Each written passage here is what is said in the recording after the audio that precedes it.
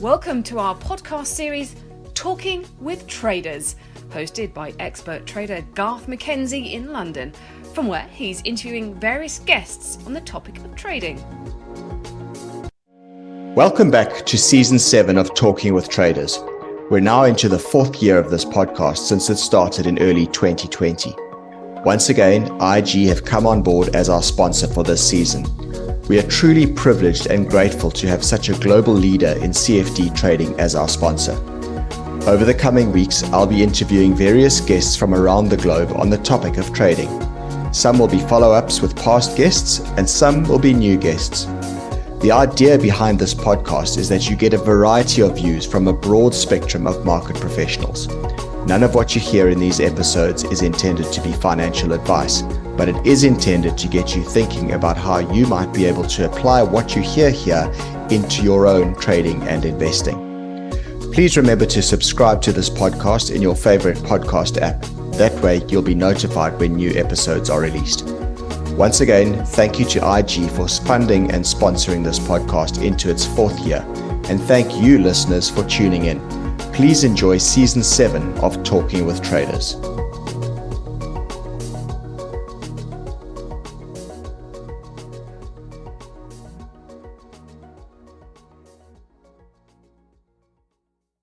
Welcome back to Talking with Traders, the podcast.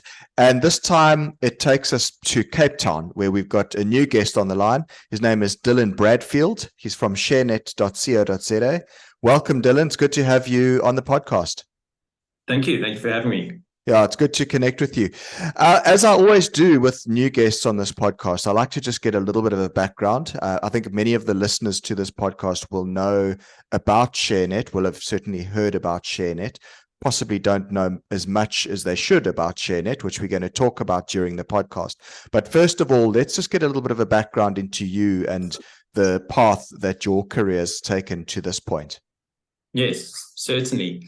Garth, like any individual, post school, I actually took a gap year into London, found myself working, close to the financial services industry, got a very early sort of taste for stock market and stock market traders. After being actually offered a job there, my realization was it was probably better to come back to South Africa, in particular Cape Town, do my tertiary education, which I finished at BCom Economics and Finance, went on to do CFA, and found myself, working within sort of the asset management realm early in sort of 2004, 2005. Okay. All right. And from that point onwards, I mean, you've been at Sharet not all that long, as far as I can recall.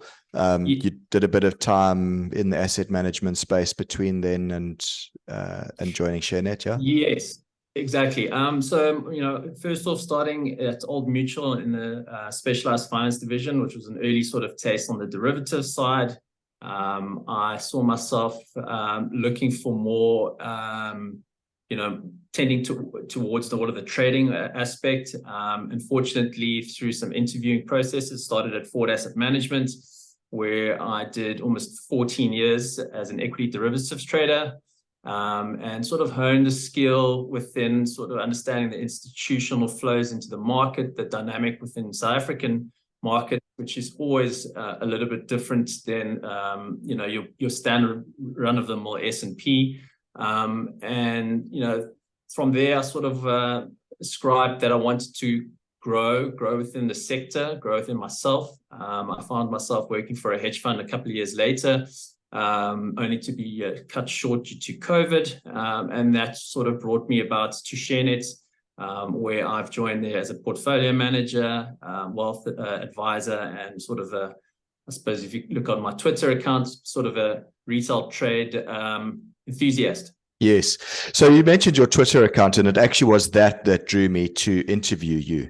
Obviously, yes. I'd heard about you through the market, but also watching your content on Twitter really got me interested because you tweet some really insightful, interesting stuff. There's a lot of nonsense on Twitter, but if you sift around and you follow the right people, you actually get some really interesting content. And I'm happy to say your your tweets always, seem to land up near the top of my feed because I do like a lot of them. And obviously the Twitter algorithm has picked up that I like a lot of your tweets, and I like them because you're quite disciplined. I get that feeling, quite disciplined, and you've got quite a rigorous process and quite consistent with the way that you analyze the market and the way that you generate ideas.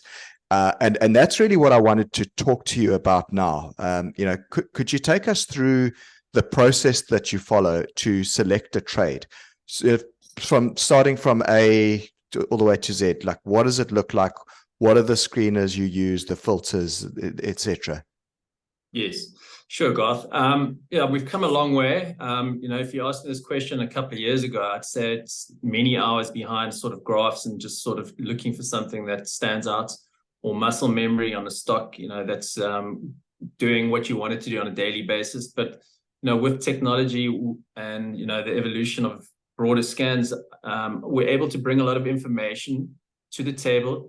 Traders are able to sort of look where momentum is starting to build, start to pull a story together, so to speak. I use the word intuition quite often when I speak to other traders that are coming into the market, and they always ask me what that entails. And I say, the best answer I can give is, having spent almost 20 years behind a desk looking at markets, you get a feel for the markets, you get an understanding. Most of the time, if you're looking to build a trade or initiate on a trade, it kind of has to make intuitive sense to what's going on in the broader market.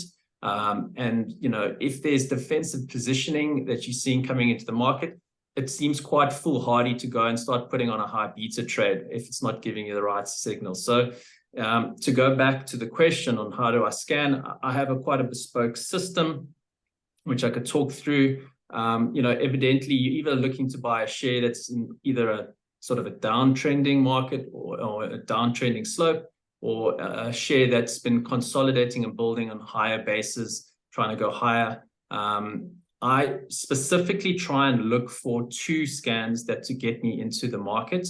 The one is a price crossover on the EMEA and a simultaneous MACD cross on the zero. Now, MACD cross on the signal line. Now, that's quite commonly used on a standalone basis as a buy or sell signal, depending on where the cross is. What I've found over time is that you have more higher quality setups for continuation if the 8 EMEA crosses over the price with a simultaneous cross of the MACD on the signal line. Now, that gets me into the trade. It gets me looking at the position. If I've missed the entry point, it's on my radar for the next day. And what I mean by that is, if that stock behaves quite well in the morning session, I predominantly look for the first 1 to 2 hours of trade.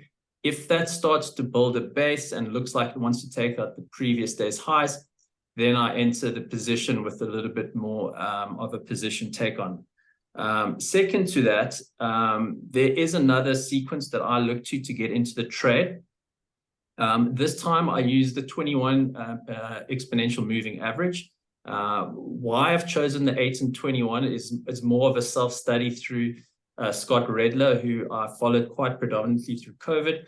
I thought that his understanding of the markets and the technicals made a lot more sense than just going and using a 10 or a 20 a day standards or simple moving average. The exponential is a little bit faster, so that means that you're trying to get into the trade at a good pace and at the right level.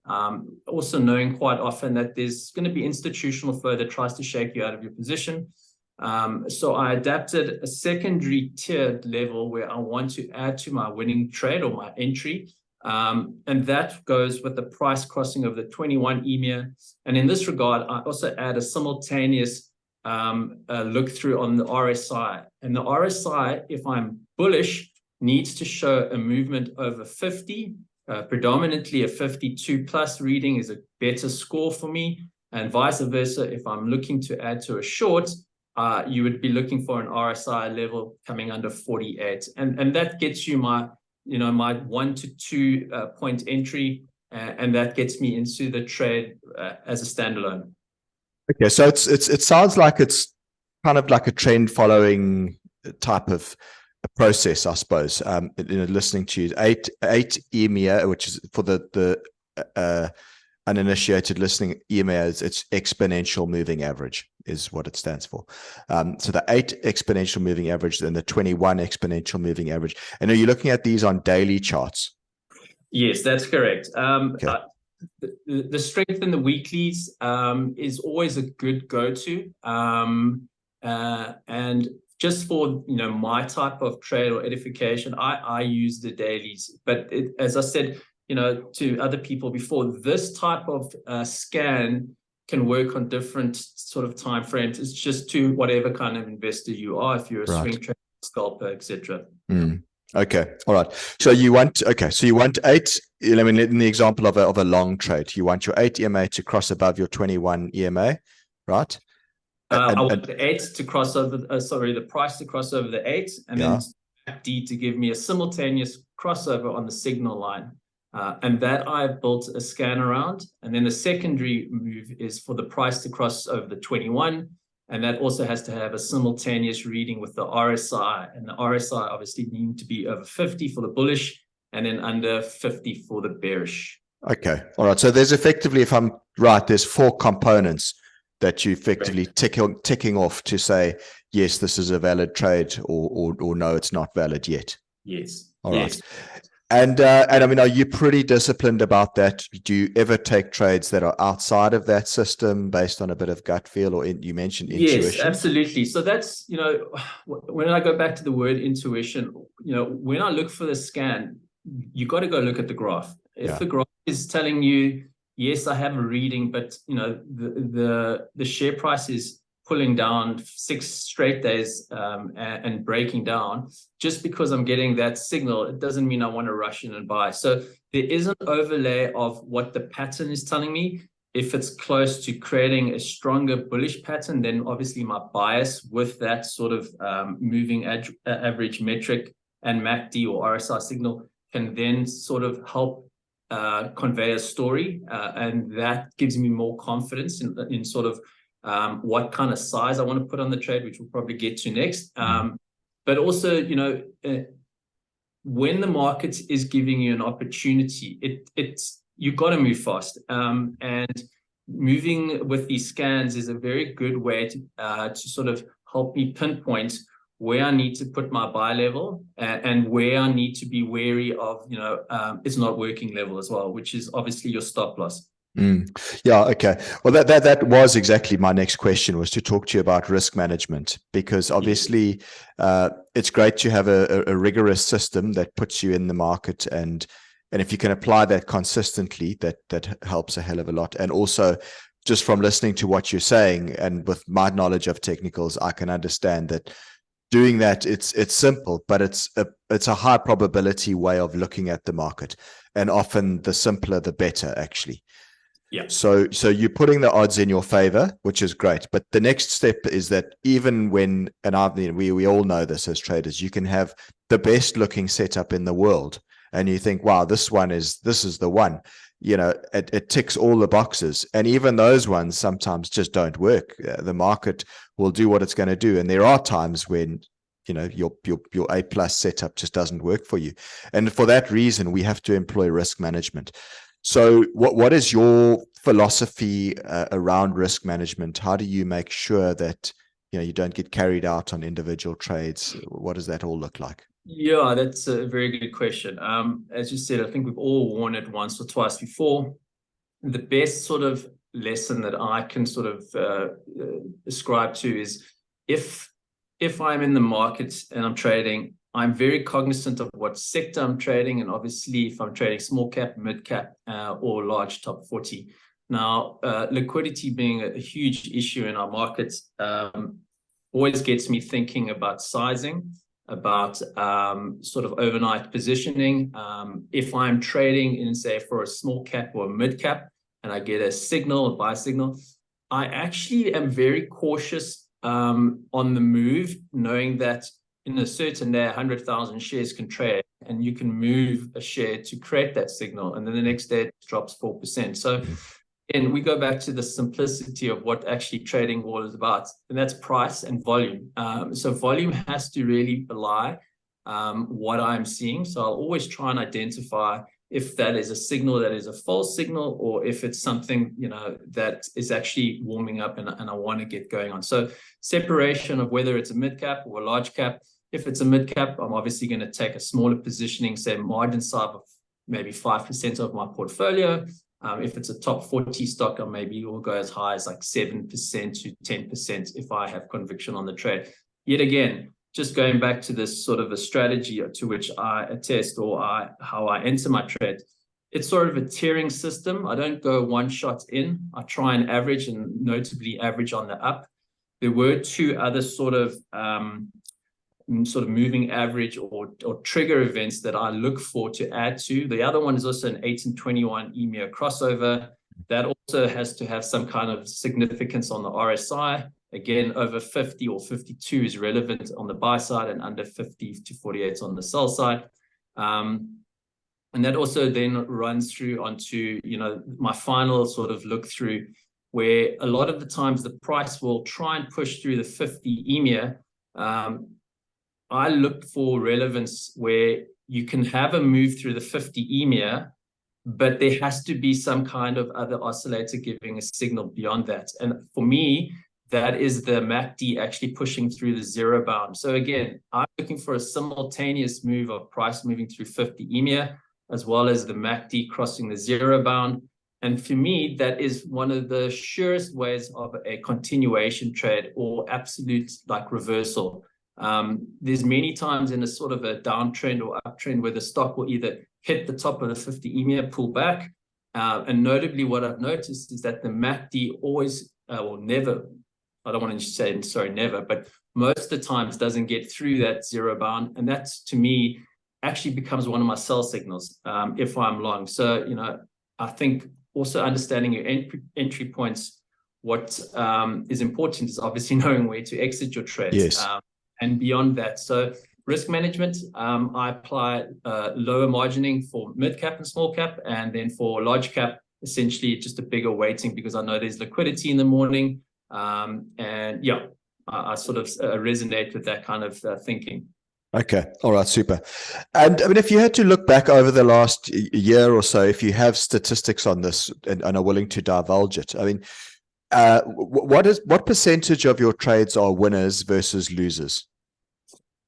That's a very hard sort of tabulation for me. What I focus on more is not so much the win and loss rates, more about the dripping in the bucket. So for me, it's about actually the end score, how much money I've actually made. I can have a trade, for instance, I'll use the example where I have two bad trades and essentially one good one, but the net result is that I actually made more money on the one that was a winner and the two losers. I was able to get the stop loss in time and let the one that did win run its course. So I focus more on that.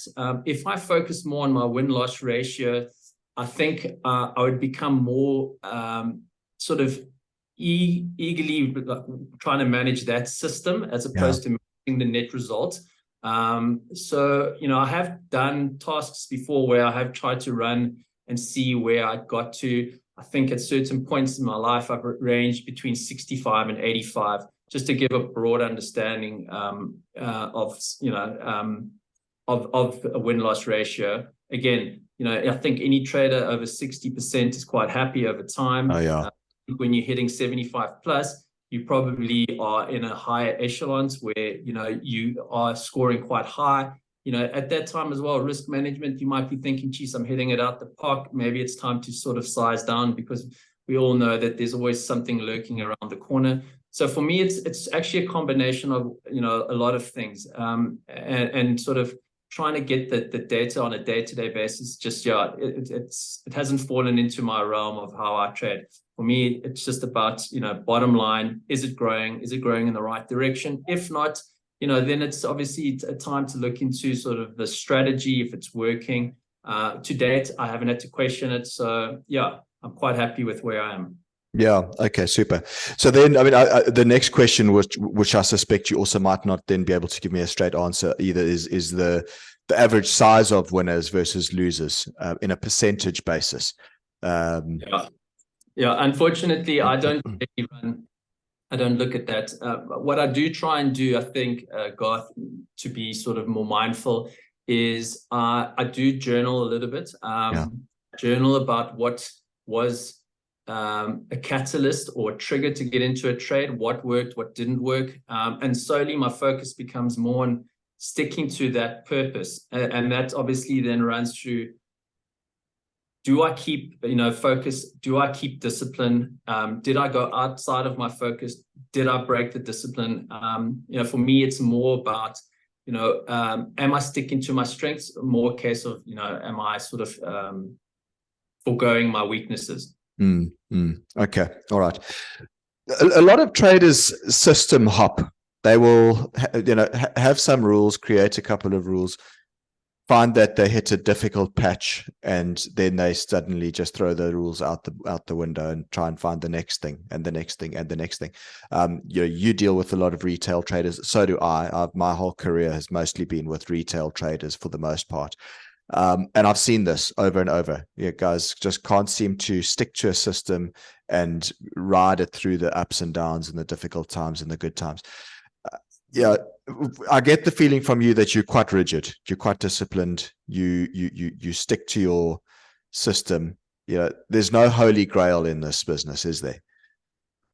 No, there certainly isn't. And for those that try and sell you, I think they are selling fool's gold. I think, understanding your strengths becomes highly important. None of this is really a career unless you have full discipline. Knowing what works for you does take time. Knowing what doesn't work for you also takes time. For me, it's about having spent, I think, that the expression, you spend 10,000 hours behind something and you become sort of a professional. I think there's a lot of traders that try to cut corners, that try to use technology, that try to use quick fix, that try to use signals, alerts. That's perfect if it works for you. I think if you want to become a long-term trader and understand, as I said, the intuition of the markets, you need to apply a little bit more beyond just technical analysis. You actually need to understand a little bit more about the markets, what's dragging, what's creating the flow dynamics, on a daily basis. A lot of people will go, I think I'm going to buy banks today, and the bank stocks fall 4%, and they won't have seen that the rand blew out, and then they're sort of holding their head. There's so many examples where, you just need a little bit more intuition. The technicals will help assimilate that intuition. It'll tell you if you're right or if you're wrong. Yeah. Okay. The word disciplines come up a couple of times in this conversation, and as traders will know, you do need to be disciplined. It's one of the most important words in trading, is being disciplined. It also, I think, in a large part, I suppose, you need to be disciplined in your life in general, just outside of trading. So I want to ask you that question. Are you certainly come across as very disciplined in the way that you analyze the market, the processes that you follow. What about the rest of your life? Are you quite a disciplined person in life in general? From a morning routine, I'm quite sort of open-minded to how my day starts. What I would really like to always try and sort of push through when my morning starts is to be in front of the opening market, and that can range at least between 8:30, depending on futures, and then going through until at least 10 o'clock. To which point, I want to give some focus to my clients, which I try and then push through on a late morning basis. And then, for myself, it's also about getting out, doing something for yourself. Our days and hours can be long depending on what markets you want to trade or where you see your strengths. To me, I like to mix it up a bit with the US markets. So I find myself having to, push myself to do something for what we call sort of the sleepy period of the market, which ranges for me between sort of 12 and 2. And that can entail a range of things. One is either going to gym. Up until more recently, it was going and picking up my son from school and spending at least half an hour with him. And then, trying to wrap up things, if it's a quiet day, around 5 o'clock, just into the close, and then spending time, or trying to see, friends at least on a 1 or 2 week basis, get you out of the house, it gets your brain, refreshed. It's always good to have, other opinions from other traders as well. So I also make time to try and meet up with a couple of guys based here in Cape Town. And yeah, it's kind of a routine, but it's working. Yeah, that's great. And the whole thing of working from home and with kids, I mean, I know you said you've got a young, just newborn baby in the house, and your eldest a little older.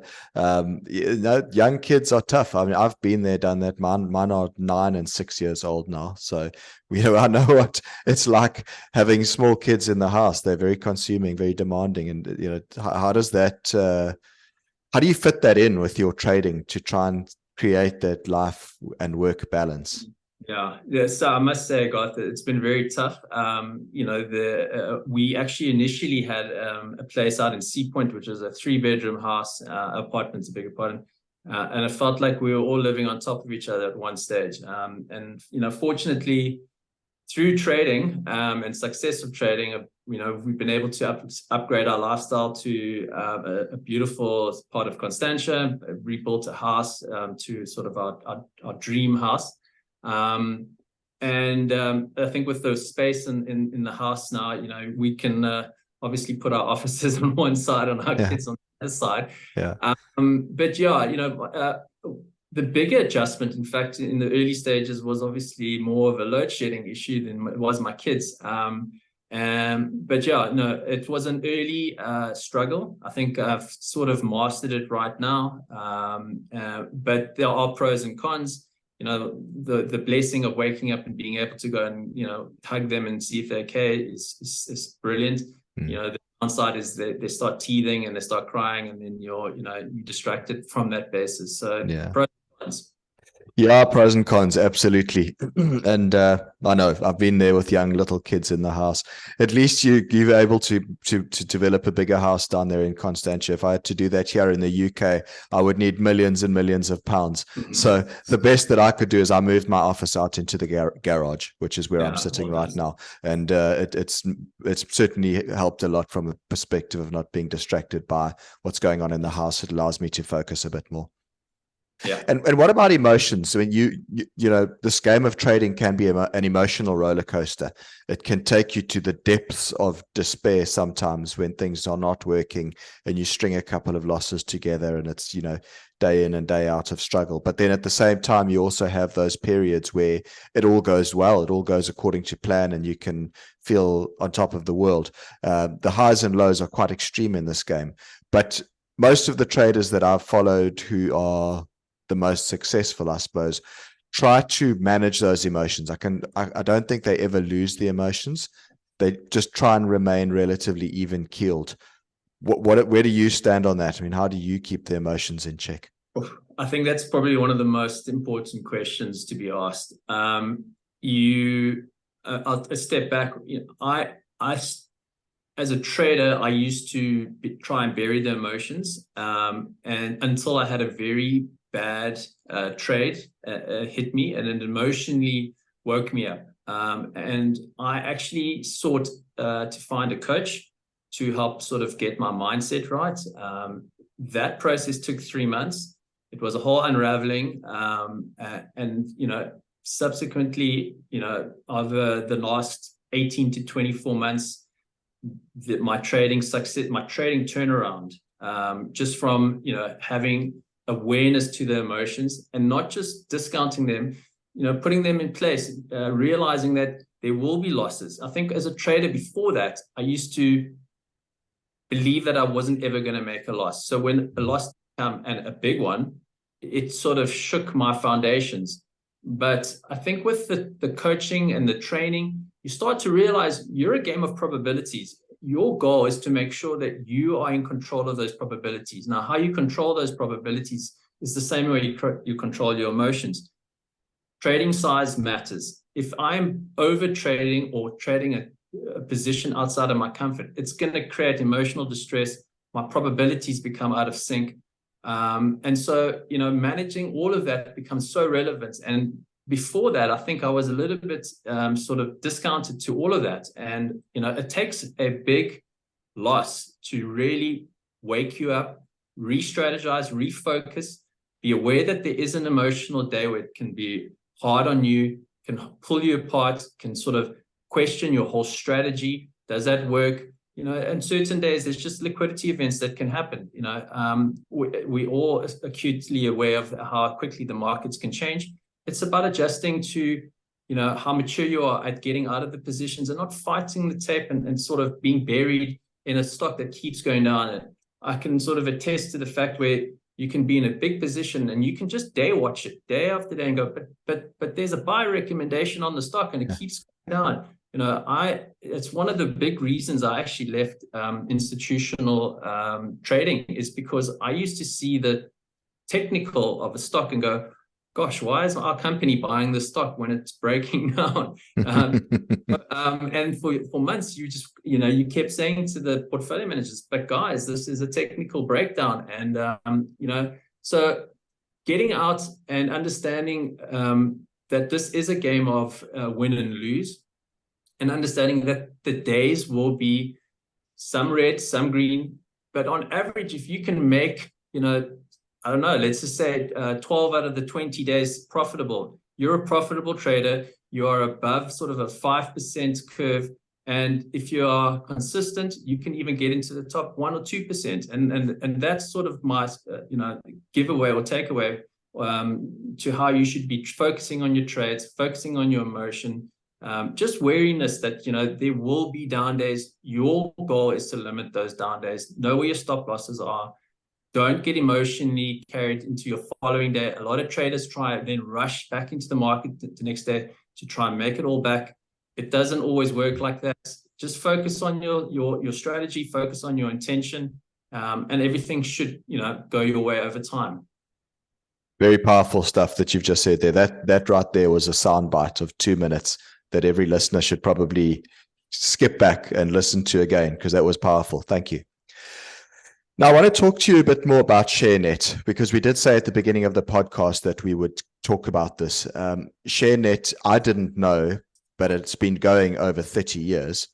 And yes. and as a person with 2 decades, just over 2 decades in the market myself, I suppose I should have known that, because Sharet's been around. It was around when I started, and it was, it's been around.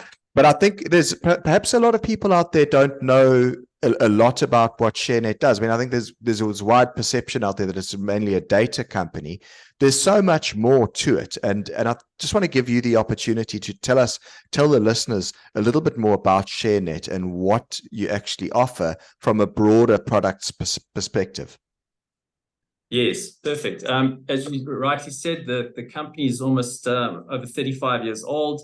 It was founded with the intention of being one of South Africa's actually first online trading platforms, where the service of bringing live JSE data to the client, that was also in the form of professional traders, large institutions, fund managers, was sort of the initiation of the business, and subsequently grown into a wider range of product offerings.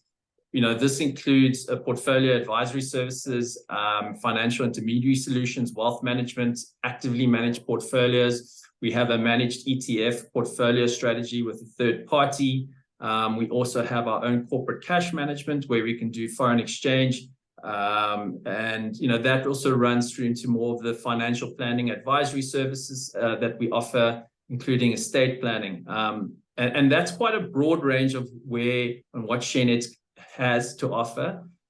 We also have invested quite heavily into technology. And what we've created is sort of 2 different offerings within the market. One is a Sharet Labs product, where we provide 2 companies, institutions, brokers, any financial intermediary for that matter, sort of cutting edge fintech and market data solutions that can be presented to them on a monthly, quarterly basis, depending on what the client needs. We've built a product called Full View. This essentially is a platform that helps wealth planning, or where a client can go and upload all of their different type of assets that they own, certain listed ones, for instance, as well as non-listed. And from that viewpoint, we can then assimilate or assess what the client's wealth looks like, where they might need some help, or where they might need to sort of rebalance their lifestyle, portfolio, investments, if they're not as tax efficient as they should be.